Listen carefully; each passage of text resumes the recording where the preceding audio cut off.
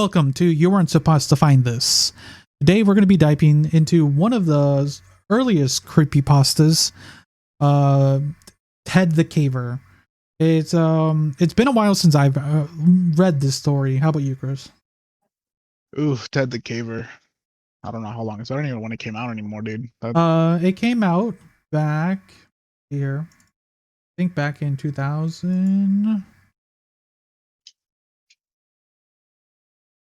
2002, I think. But it's one of those stories that we're going to be diving in that kind of delves into the spelunking, basically. Has anyone ever wanted to go spelunking? No, that's why Yes. I don't understand. I mean, I don't understand cavers. They're splunking, dude. I've read stories about people being stuck in caves and like having accident in caves, and it's just no, thank you. Sounds like Liz wants to go caving, but I don't know if she will after this.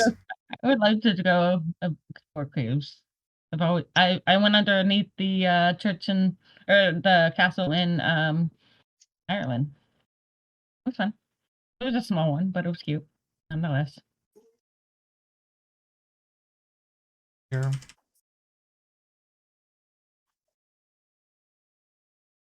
And double checking the date for the creepypasta.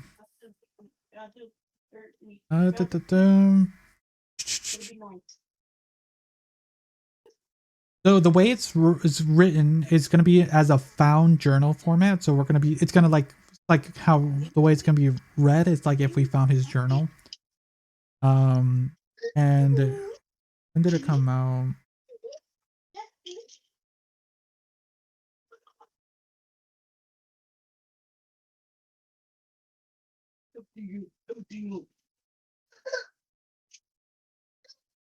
See here. Yeah, back in 2021, March. So it got released between March of 2021 all the way to May. So it was like little by little. So that's what we're going to be reading. This journal of this guy named Ted who went caving one day.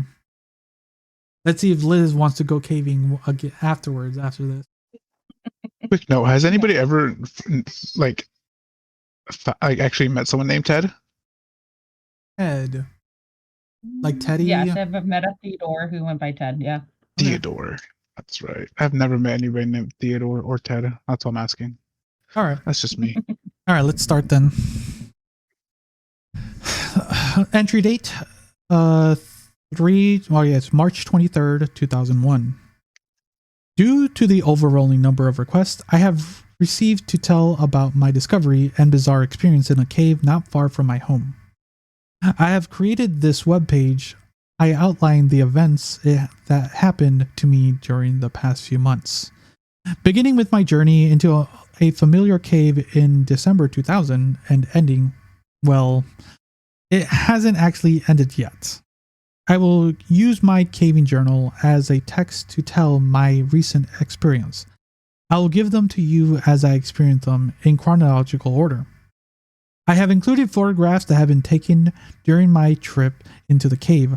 I also created a few illustrations to help the reader get better idea of what things look like in the cave.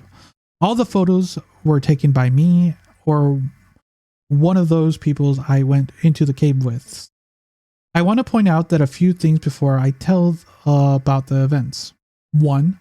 Most of the pictures were taken with a Kodak disposable type camera. I took better camera into the cave on 1 or 2 of the trips.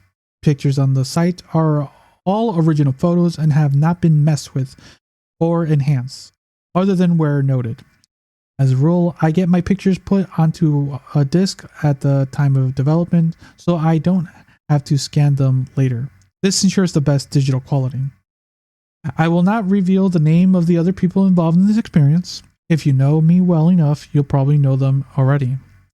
I will not reveal the location of the cave to anyone for any reason, so please don't ask.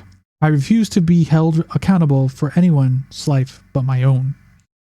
I will refer to the cave as Mystery Cave, and that is not its real name.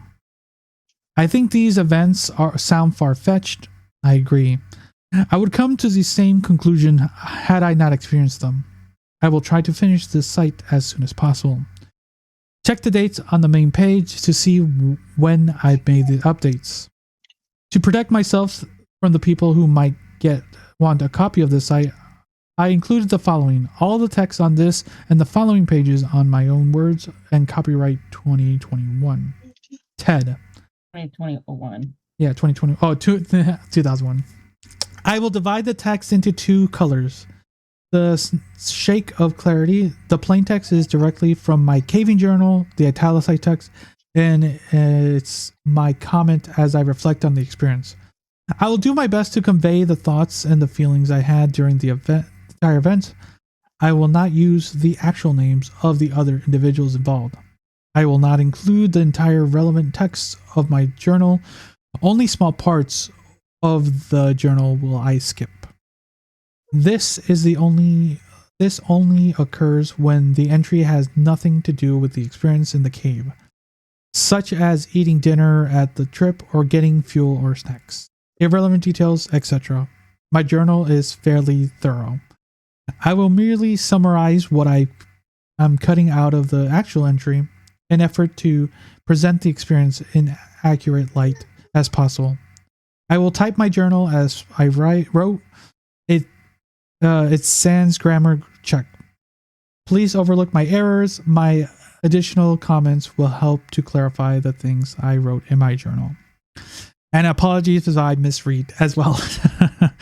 But yeah, so basically we're gonna be reading his journal. It seems like we're not gonna get everything from what it sounds like he's writing. He will be cutting stuff, but yeah. Who wants to take the next journal entry? I can read the first one. Okay. All right. Caving Journal 12/30/2000. B and I decided to get into one more caving trip before the new year, so we set up our sights on Mystery Cave. Not a spectacular cave, but since neither of us had been caving in a while, it would be nice to go on to any cave. I'm not good at reading either. There was a bit of excitement to this trip. There was a small passage in the lower portion of the cave that I wanted to check out to see if it was possible to get past it. It had a small opening, but lots of air blowing out of it. Even though it was way too small to climb through, I have never even checked to see what was inside the passage. But we got our gear loaded up and hit the road by 3 p.m. We got to the cave in great time since B likes to drive fast. We anchored from the usual tree and began to rappel into the cave. I went down first and got my gear together while B came down. I will refer to B many times.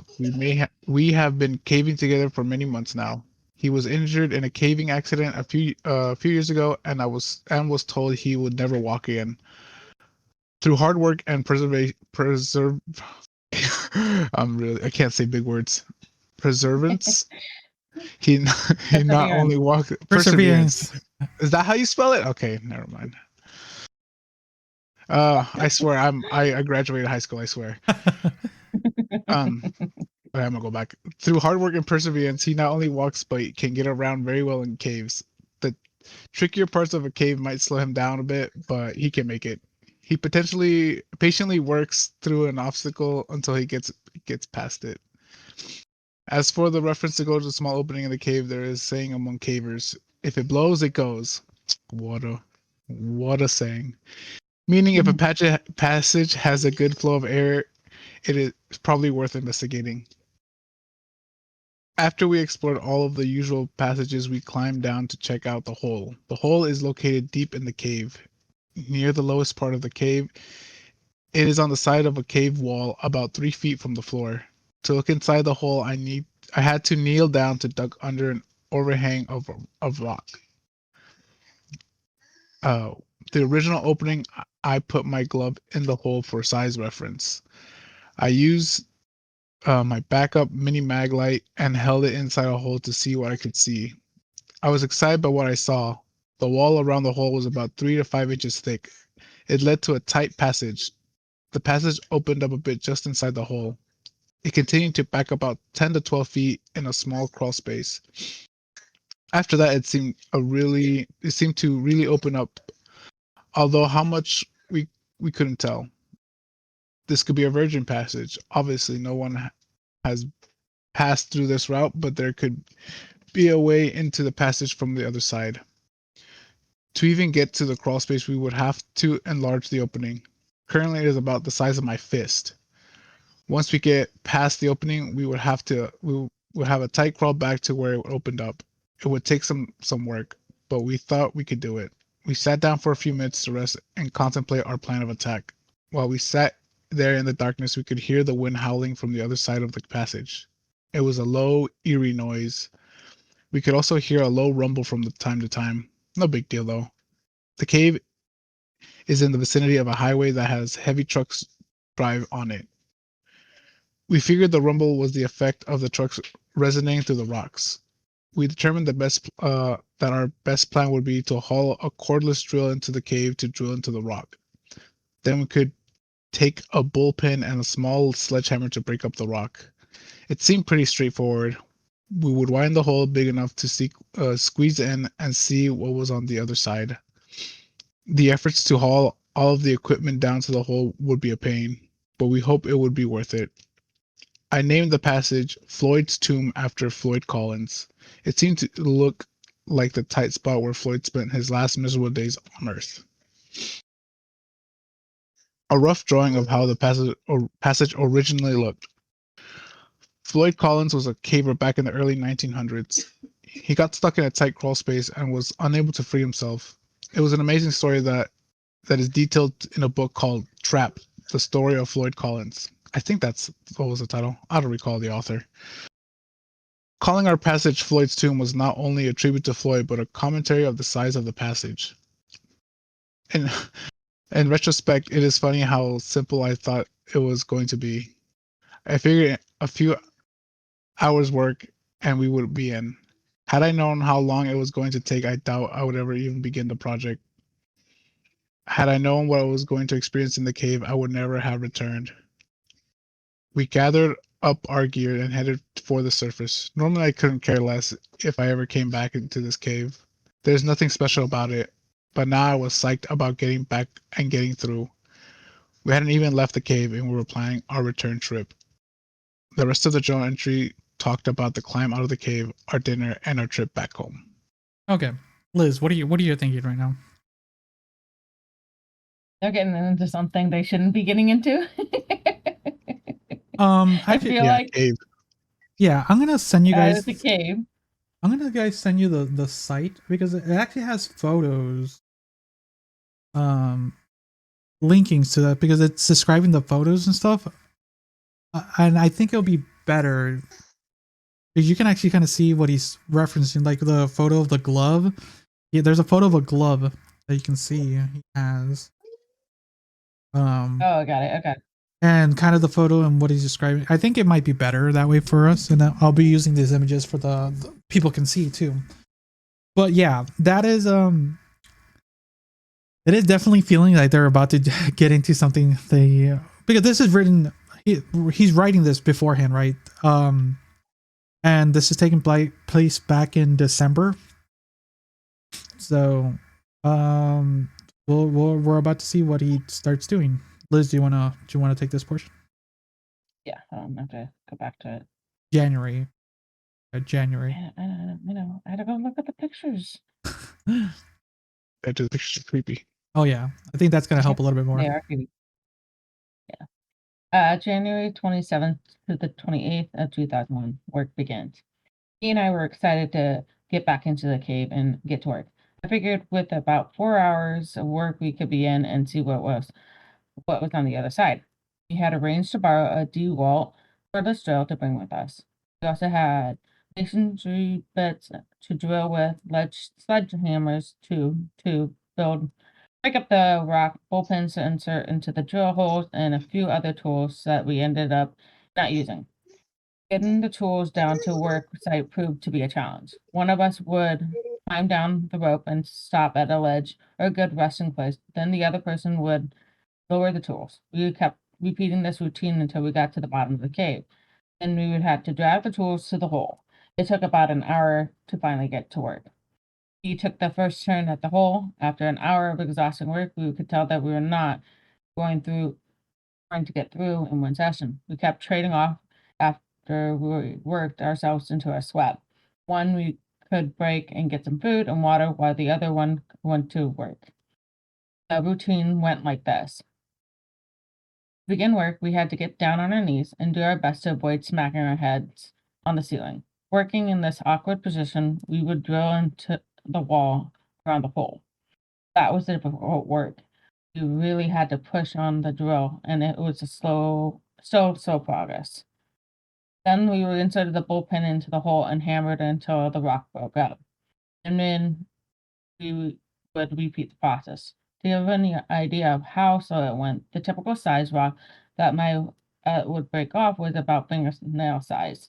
If we broke off a large piece, about a third of my palm, it was a cause for celebration. From Sheesh. time to time, yeah, that's a lot of work just to get like a nail flick work.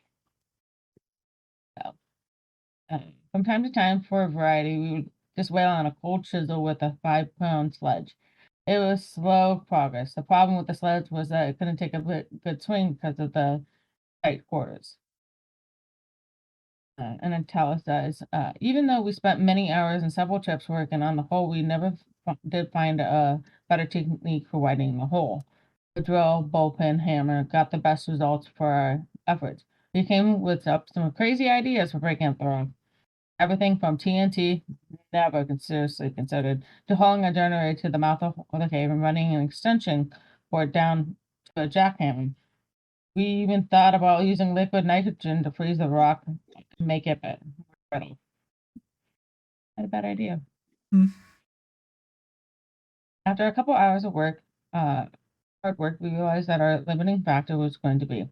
It was about then that our first battery met an abrupt death. We had a second battery, so we swapped them out. The second battery lasted a little longer because we hammered and chiseled a little more often and a little longer each time.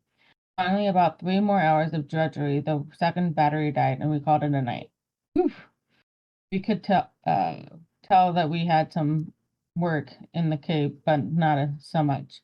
For the first time since we got in the cave, we sat back. Both of us took a break. It was nice to check out the results of our hard work.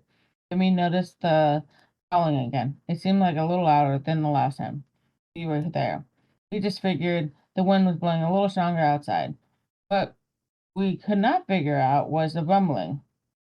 It too seemed to be louder and more frequent.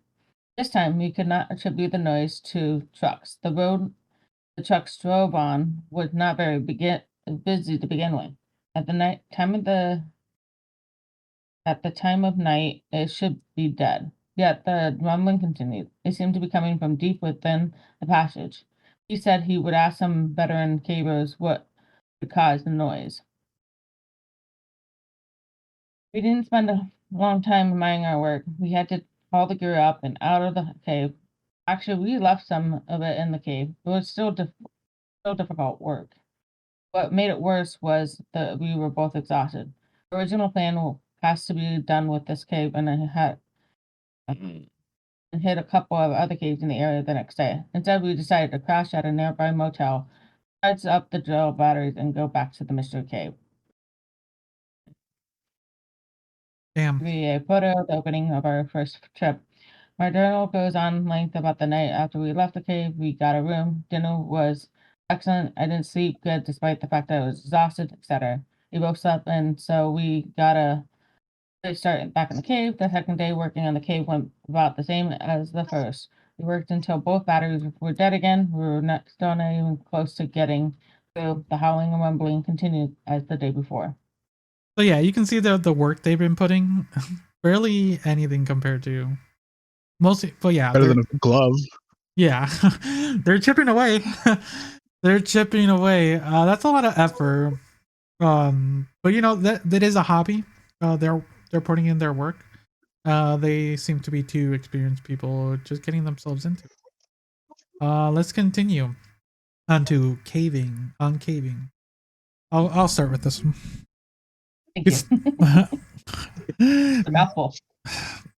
Before I continue with the next journal entry, I thought it might be helpful to the reader to explain a little bit about caving and about the atmosphere in the cave. As I reread and think about my description of the cave, I noticed that much of the language I use in my caving journal and the descriptions or lack of assume that the reader has knowledge of caving, which is like inside a cave. In other words, I write my journal for me. I will take this time to give more detailed descriptions of the cave. I will tell about what it was like while we worked on the cave, and I will summarize our feelings up to this point. The cave we discovered several decades ago when the construction in the area unearthed its entrance. From the time to the present, it has been visited by mostly locals in the area and avid cavers in the regions. Beer cans can be found intermittently in the cave and mostly in the upper half. When the cave was first entered, it was probably beautiful. Dust, graffiti, vandals, pigeons, and regulars have diminished its appeal. There are still places in the cave where small formations remain undisturbed as a reminder of what the rest of the cave used to look like. To enter the cave, one must have a good length of rope, and in order to rappel down into the rock, a nearby tree serves as a good anchor point. Once the rope is tied to the tree and about 20 feet away from the small cliff, it can be tossed over the edge of the cliff to a small ledge 15 feet below. Cavers can then descend to the short distance to the entrance. Once inside, the cave's artificial light must be used. My light source, of course, is a battery-operated helmet-mounted light, known as a TAG or TAG light. Safe caving calls for at least 2 sources of backup lighting. For my backup lighting, I have a mini mag light mounted to my helmet and another helmet mounted light in my pack, which I always carry with me. I also have glow sticks that I carry with me. These are not considered good sources of backup light, but they are good use for taking lunch breaks. They can be used to get out of the cave if no other sources fail.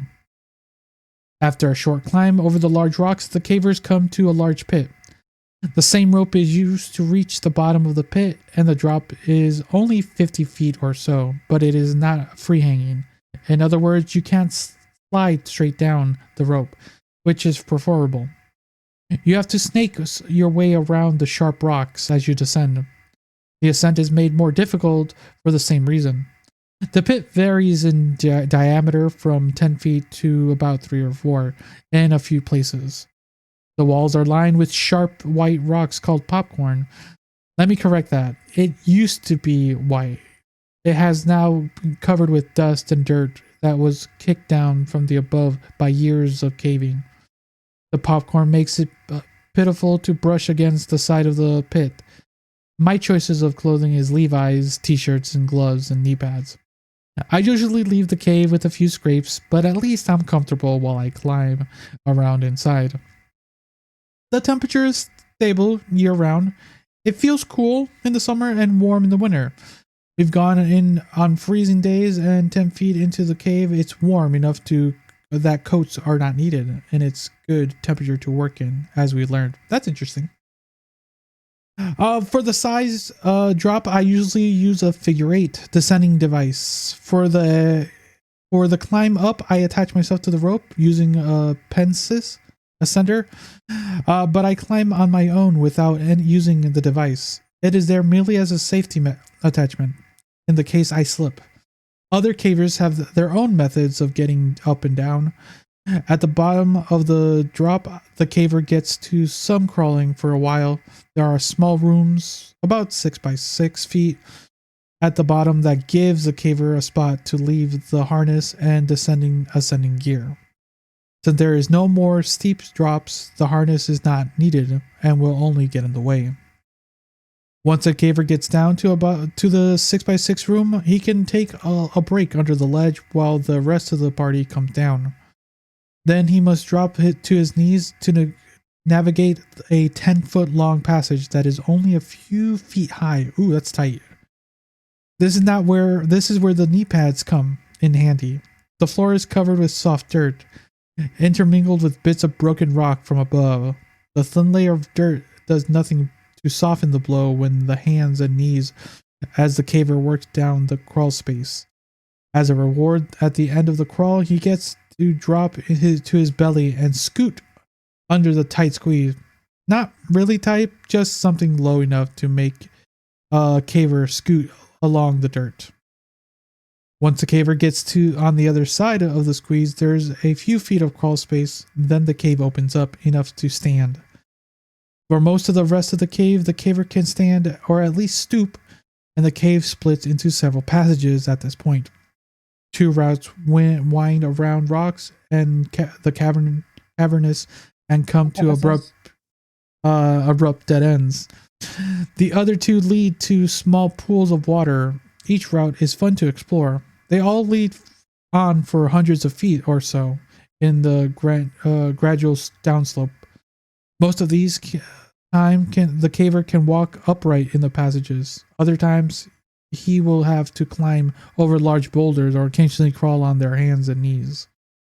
Water is a common occurrence in caves, and I have been told that one of the local residents was one of the first people in the caves and that his cousin dove into this pool using the scuba gear.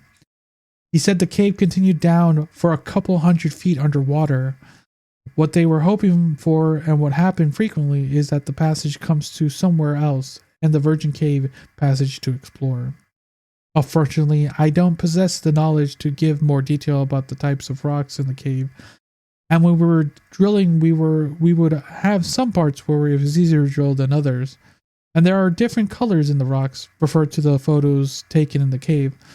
But at the best I can do is describe the makeup of the cave. At the point the cave splits into 4 routes.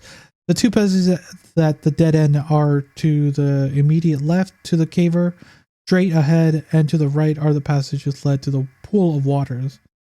Entrances to the passages on the right is the largest of the 4, and the arch opening rises nearly 10 feet in the air, ending a mere foot below the cave ceiling. As the caver enters the passage, the ceiling gradually lowers until it is about 6 feet high. It continues at the same time height for about 40 feet that the passage travels in a continuous direction. This section of the cave resembles a hard rock mine. It arches nearly perfect and the floor flat is easy to walk on. It is easy to picture rusty mine carts on rails and dust-covered miners while with blisters hands gripping the dull picks. The pseudo-mine comes to an end with the floor of the cave. This time, the crawl lasts about 20 feet. The floor is sloping gently downwards for the first half of the crawl. Then it gets fairly steep and slippery. Able-bodied cavers can still climb carefully down these slippery slopes. When I go with B, I carry the end of the rope that we use to get down at this point. I usually need to tie another short length of rope to the first rope to make sure that he can use it to reach the bottom. The crawl lasts for a few feet beyond the bottom of the slide. Over the next 10 to 20 feet, the cavers slowly begin to regain the standing position. Okay, I want to say a little bit before we continue. The way he's describing everything in like feet because that's how tight everything is. Like, this is exactly why I don't go caving. I don't go any caves at all. Any little crevice, I do not go. It feels so compact. Yeah, you're crawling here for 20 feet. You can be standing on this point, but then at other time it just feels so claustrophobic. I think that's the biggest problem is claustrophobia.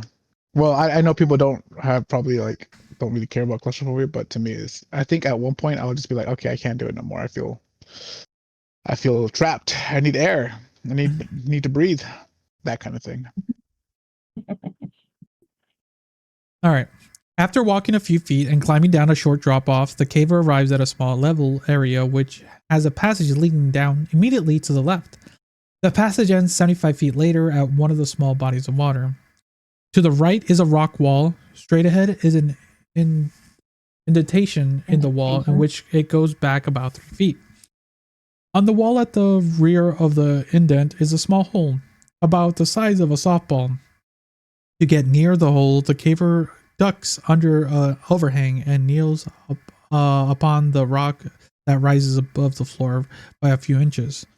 By the time the caver reaches this point, he is either warm or sweating, and the first thing he notices is the cool breeze blowing out of the hole. It was my recognition of this hole as the potential doorway to an unexpected portion of the cave that ultimately led to telling of my experience. Oh, so this is where he first found the hole that where he's digging. Okay. This is very in-depth hole. Like, I feel like a lot of twisting and turning to get to this little hole. Well, I feel like that's a lot of work to bring all that stuff, and then feel like if you're especially crawling with stuff, like I don't even know how you would be able to crawl. Well, there's enough room for you to because remember they just took you can carry a sled. They took what 2 sledgehammers, so you can kind of crawl with it. And they just took like a power. Would that cause more work though? Like to carry it with you at all times? Yeah, just to carry the whole. It sounds like they have to go pretty far deep into this hole to get this small piece. Well, it looks like they left all their. It feels like they left everything. I would leave the stuff. Like, who's gonna go through all that trouble to go there, right? How many cavers are in the area? So they might have left the stuff. And it, if you remember, but that's the first time they've already experienced going down there the first time to find it, right? And then the second time they brought the tool. Yeah, you're right. Going back and forth, it sounds like it's been pretty deep into that hole. I'm at least I don't know how many stories down, but it sounds like pretty deep into the hole. Well, right? They did say it took many trips to get all the stuff to that spot. But you know those explorers, you know, they wanna find something. It's the rush that I will never have. No. But you're right. It's a lot of work to see, but well, we'll see what more Ted has to tell us. As has been my tradition for all the years I've been caving, the party reaches a point in the cave, usually the deepest part of the cave, that all lights are extinguished. Ooh, that doesn't sound fun at all. Pure darkness. That was a video I saw where this guy. Sleeping, man. Ideal sleeping. Pitch dark. And I was gonna say there was a video I saw where this guy took a group of tourists. I think it was in caves in Mexico. They were doing like underwater or whatever, and he was gonna. It wasn't a joke or anything. He just says, "This is how dark it gets if there's no light, right?" And they were like in water, so the guy literally like turns off his light and it's like completely pitch black. Like you can't even see in front of you. It's like that. Well, yeah, that dark. I'm just like no. And then he makes a joke about literally just diving under the water and never coming back up for like a good like minute or two, and they all start freaking out. Damn, that's messed up. That's an interesting tradition.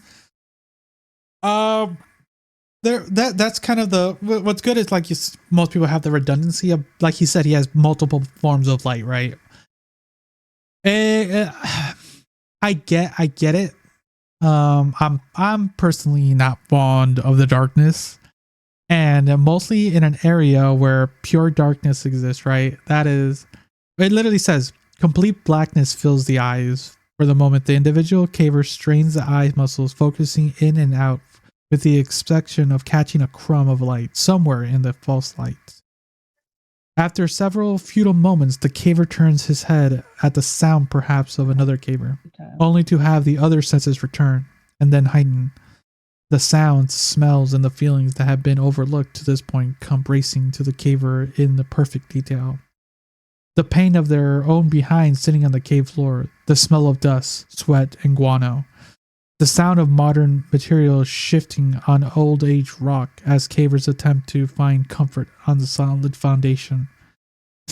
At the back of every caver's mind at the time is what if a person had to climb out of this cave with no light? Would we make it?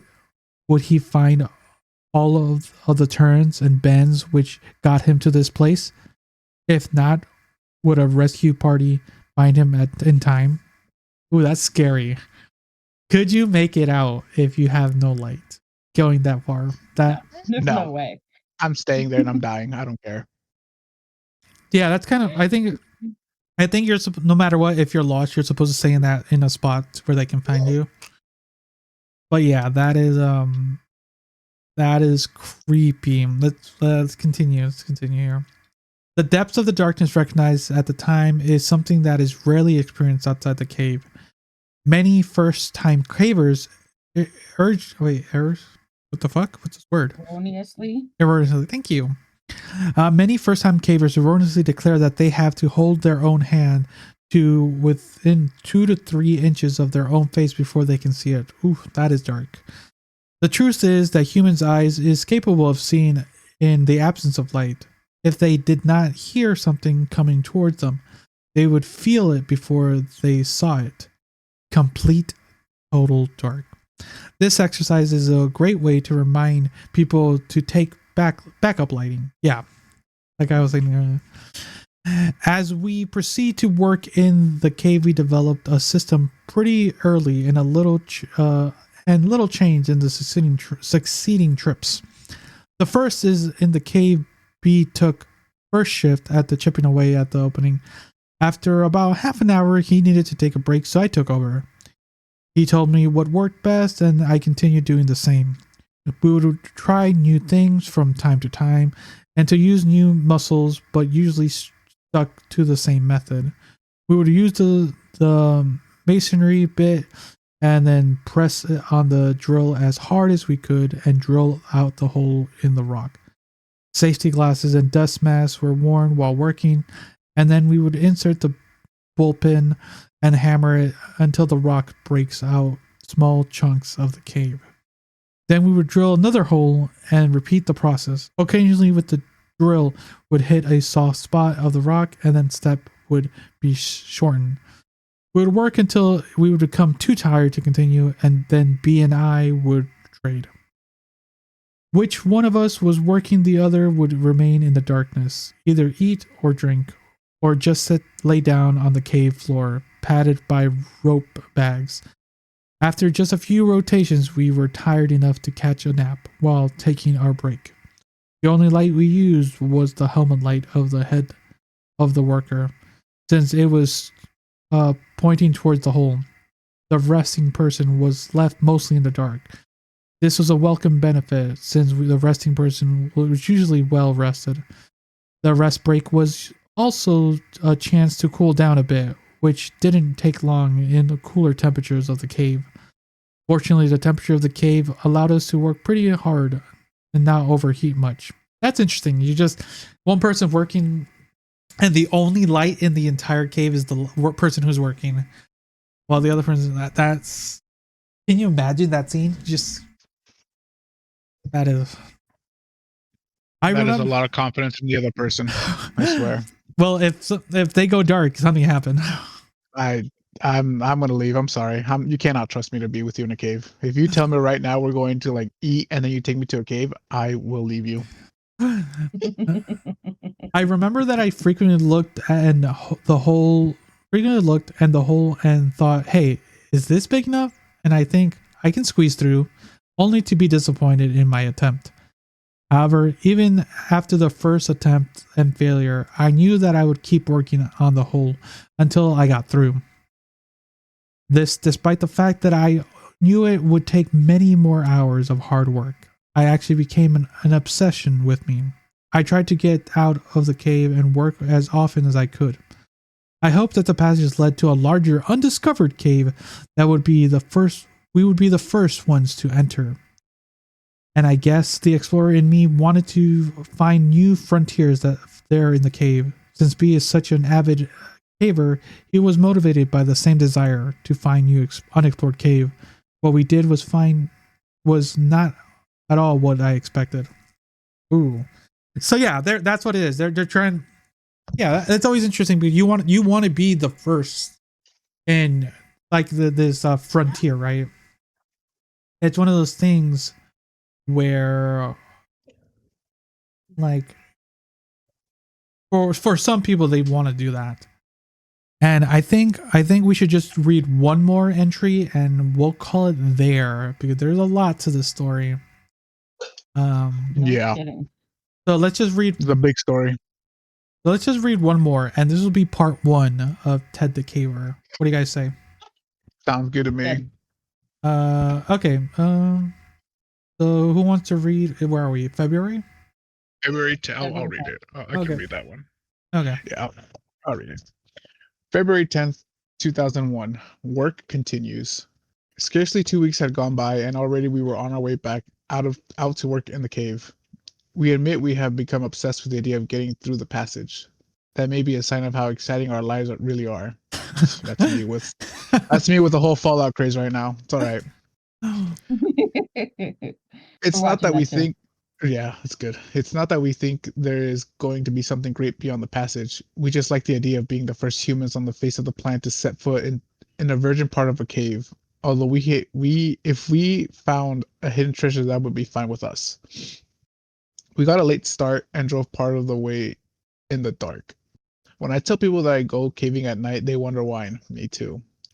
Why? What is the thrill of doing stuff at night? I mean, Well, they mention it.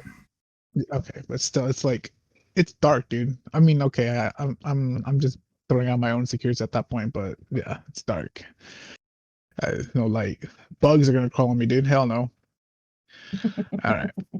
They don't stop to think that it is always night once you're inside the cave. Okay, true. You see? Okay. Should have kept reading. My bad. All the way out to Mystery Cave, we talked about new ideas to speed up our work. B also told me he talked to some caver friends of his that came up with an explanation about the rumbling noise. They thought it might be the sound of water deep within the cave, possibly a waterfall.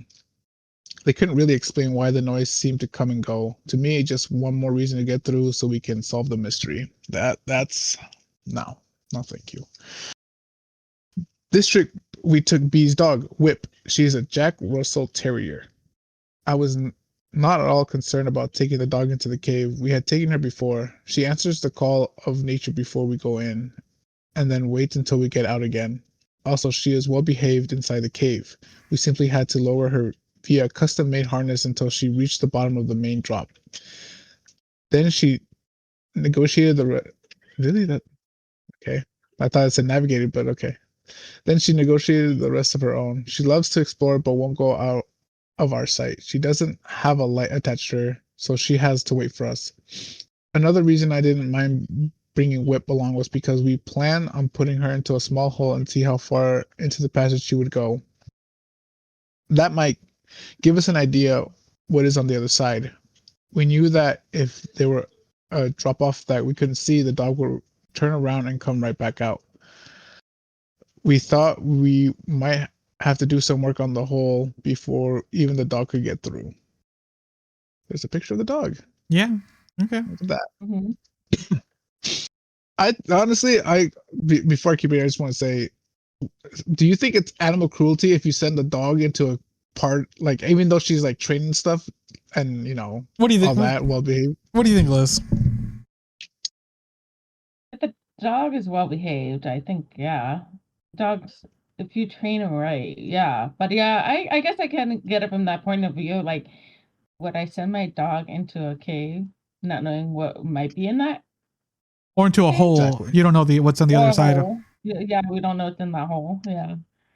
It's with animal cruelty, but I mean, it's been done for years for in coal mining, so I don't know. But dogs are very curious by nature in general, so True. and they want to appease the humans. What I'm thinking, from what it sounds like for Lisa from Whip, and for most animals, they try to avoid, passing away, right, dying. Yeah. So I would think, yeah, like they said, they're trying to see how deep, because if the dog goes, because it won't go too far because there's no light. They don't give a little tiny hat dog a light hat. So Whip can only go so far, right? And if it goes like it feels out and there's like nothing to like touch, like there's a ledge, it'll probably just come back, right? So is it animal cruelty? I don't think so. If sounds like Whip is a very well trained dog, so luckily, That's smart. um, We'll find out. we'll find out. Let's find out. All right, 4, and this one just says whip near the entrance to the cave. Oh, that's the cave now. Okay, that's cool. Oh, that's where they're. That's Anyway, where they're sitting. That's the entrance. Yeah, that's where th- the entrance. Yeah, that's where they're probably sitting while the other one's working on the other side. All right. All right. Despite working in the dark of night, we were able to rig up, and get down pretty quickly. We didn't take as many tools as last time. Plus, we left some in the hole so we wouldn't have to haul them out and back in again. You see? Told you. Okay, smart. I did manage to get 2 more batteries for the drill for a total of 4. Also, a few more masonry drill bits. Even with the dog, we made good time getting down. Then something bizarre happened that I can't quite explain. Ooh. This is where I go back. All right. The dog began exploring as soon as we let her off the rope. She was in hog heaven, sniffing and darting around our feet. She would run from one person to the other as we made our way back to the work site. At the point, the cave splits into 4 passages. The dog seemed to run out of juice. She just stuck right by either B or me. That seemed kind of odd. As we progressed further into the cave, she would only stay by B. She seemed edgy, like she saw something she didn't like.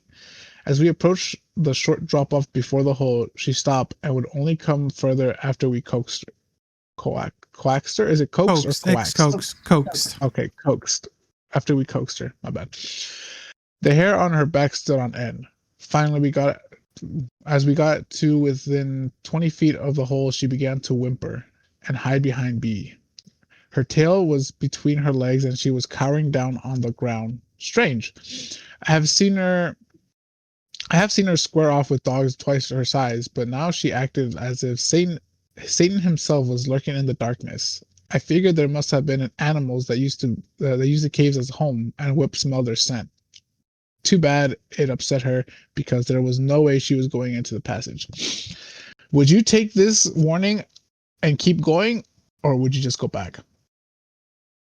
Great question. Take the dog out. I feel that's cruel to be doing that to a dog that's like scared out of its mind. Yeah, because it's like, I mean, they can sense more than we can. So true. Yeah. Continue. All right. We decided that with this new development, the nervous dog, one of us would work while the other stayed with the dog a few feet away from where we normally rested. We got back into our routine of drilling, hammering, etc. With our extra supply of batteries, we were able to really push hard on the drill and not have to worry about using up the batteries. This did not make our work any easier, but it did speed up things a little bit. Progress was slow. I really didn't mind though. My journal goes on for a while about the progress we were making. The entire time we worked, Whip did not move. She just lay there on a rope bag, shivering. She would whimper from time to time. One thing I didn't think about at the time was that she would not take her eyes off the hole. We should have been more observant of this intuitive animal. We were on our 4th battery when the second bizarre thing happened to us. B was working. He had just finished drilling a hole and was getting ready to hammer the bullpen when he stopped working and looked into the hole. I was kicking back, almost asleep, and hardly paying attention to B. He had a light by his side to illuminate the work area. I could see in the eerie glow a puzzled and intense look on his face. He looked over at me and shook his head. I asked him what was up. He said that he swore he just heard a strange noise emitting from the hole. He said it's emanating. My bad. See? I did graduate high school, guys. Promise. He said it sounded like rock sliding on rock. Sort of a grinding sound. I assumed his ear was just ringing from the drill. He didn't wear any earplugs this trip. He assured me he had heard what he said he heard. I didn't have an explanation, so I went back to dozing.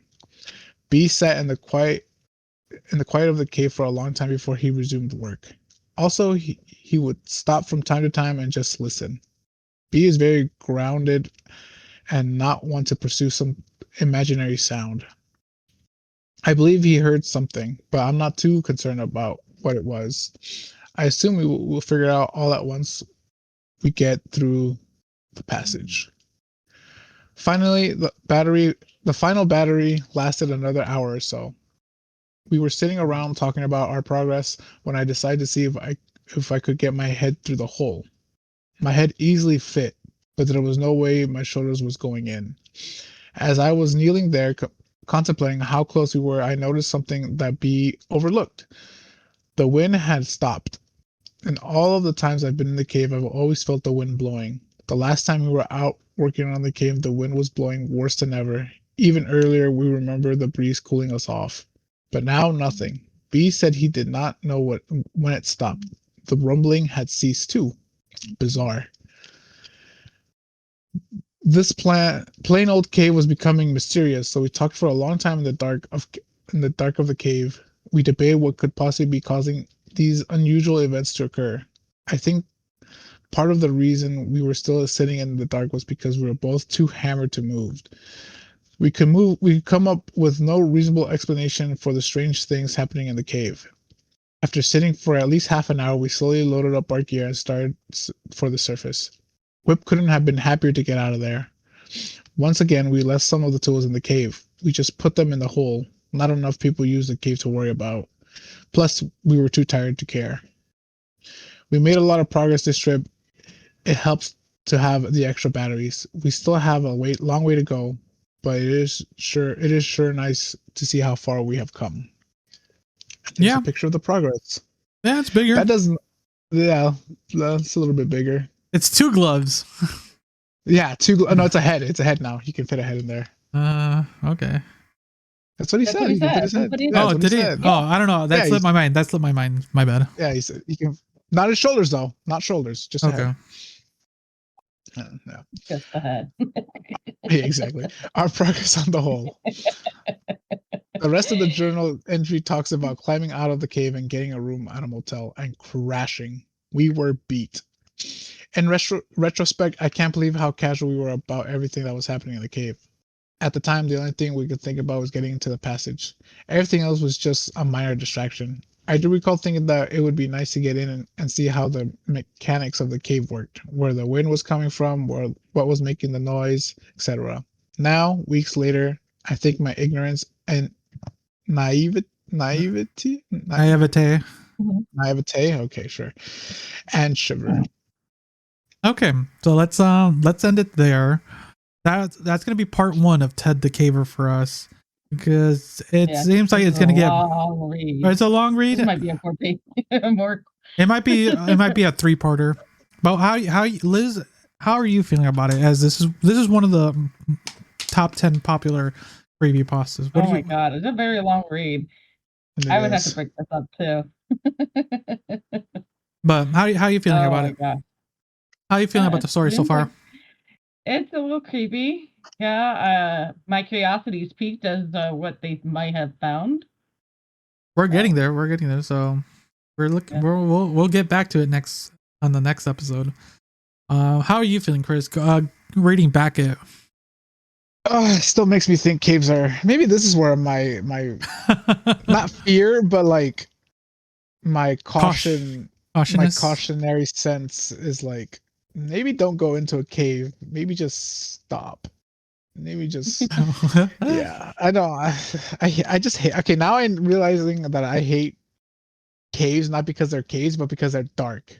You know, like as he explained it, it's like super dark. You cannot see anything, and your senses just heighten. And sometimes your senses can trick you. You start getting paranoid. Yeah, no. My wife said she could never go in a cave because of her claustrophobia. So. All right, everyone. Let us know your thoughts so far. Look forward to part 2 when we start back with March 3 and 4, 2001. Sorry about this crappy reading. I swear, guys. Well, it's our first episode. This is the first episode that's going up. There's going to be a different one, second episode, so you won't get part 2 until afterwards. But look forward to it. Liz is now, she's hooked a little bit. She's hooked. She wants to know what's. We're getting her. We're reeling her in. Yep. All right Slowly but then. surely. All right then. Everyone, thanks again for listening or watching. Don't forget to subscribe or follow so you can continue with us. So, bye everyone. Bye. Farewell. Don't go into caves by yourself.